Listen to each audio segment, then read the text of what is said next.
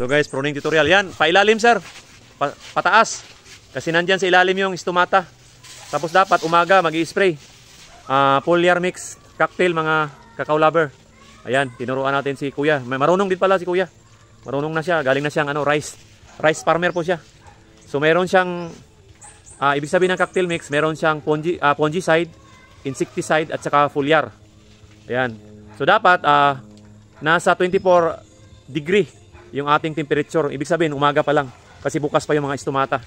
Kasi pag nagsarado na, hindi na mai-intake ng ano yan, yung nutrients, yung direct nutrients natin na foliar. Ayan, may fungicide at saka insecticide. Healing po siya ng mga sakit niya, mga fungus, saka yung galing pruning. Pampataba na rin ng mga dahon. Iba pa yung abono. So ito po yung ginamit ni Bossing. Ito 12 tablespoon. Yan. So kahit anong foliar po.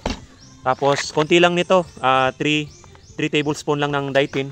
Tapos 5 ml lang po ng karate. Yun lang po kasi sa dahon lang naman cocktail.